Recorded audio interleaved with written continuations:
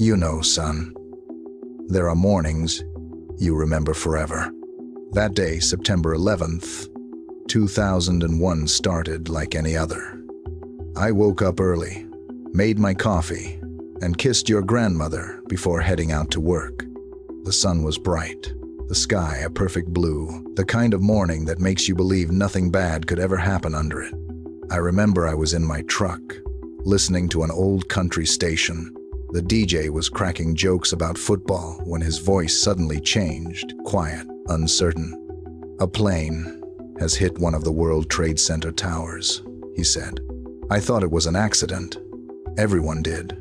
By the time I reached the diner where I always stopped for breakfast, the TV was showing smoke pouring from the first tower. People stood frozen, cups halfway to their lips. Then I'll never forget we watched live as the second plane hit. There was this silence, like the air itself had been punched out of the room. I don't remember who spoke first. Maybe it was Martha, the waitress, whispering, "Oh dear God." The rest of us just stood there, eyes locked on the screen. No one knew what to do. The world had changed in the space of a heartbeat. The phone lines jammed, traffic stopped, sirens started. I remember calling your grandmother, telling her to stay home and turn on the news. And for the first time in my life, I felt like the world wasn't safe anymore, like the sky itself could fall. That day, the country didn't just lose buildings, we lost something invisible. A kind of innocence, maybe. The belief that oceans and distance could keep us safe. But, funny thing, when everything around you feels like it's falling apart, that's when you start to notice the good in people. And that's when the story truly began. By noon, the streets were quiet, eerily quiet. Planes were grounded, and everyone's eyes were fixed on TVs, radios, anything that could tell them what was happening. I remember stepping outside and looking up. For the first time in my life, the sky was completely empty. No sound, no planes, just silence. At the fire station down the street, the guys were already suiting up. They weren't being called to New York. We were hundreds of miles away. But they stood ready anyway. "In case they need us," one of them said. That kind of readiness, that's what America is made of. I spent that afternoon helping at the community center. People came to donate blood, food, blankets, anything. Nobody asked who was Republican or Democrat. Nobody argued about race or religion. For a few days, we were just Americans. And I swear to you, kid, there was something sacred in that. On the TV, the towers had fallen. Smoke covered everything. People were running firemen, police officers, strangers helping strangers.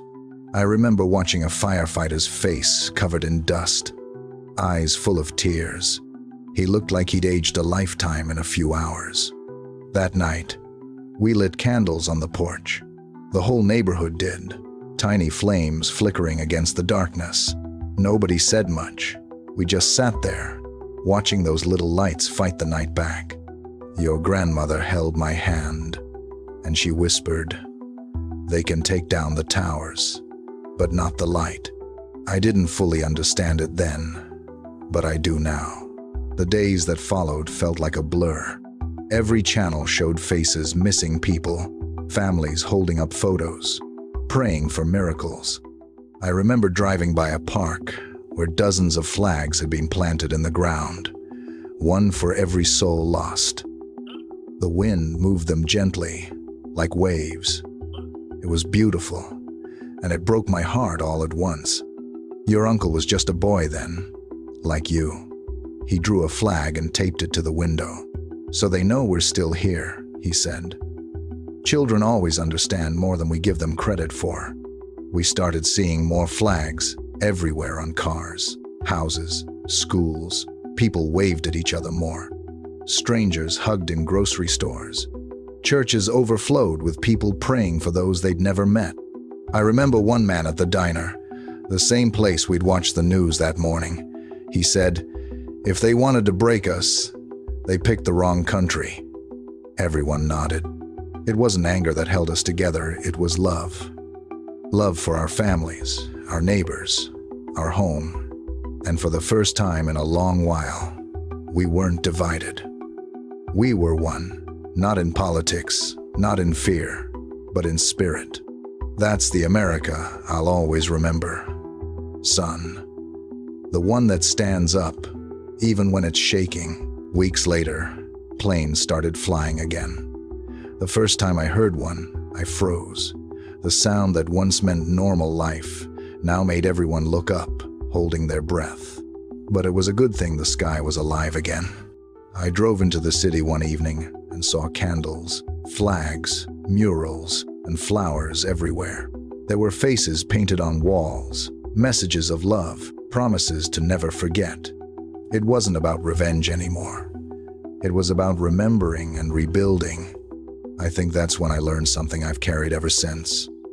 Tragedy can break you, but it can also build you stronger.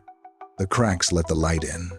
Now, when I see that flag waving outside or hear a plane overhead, I don't feel fear. I feel gratitude.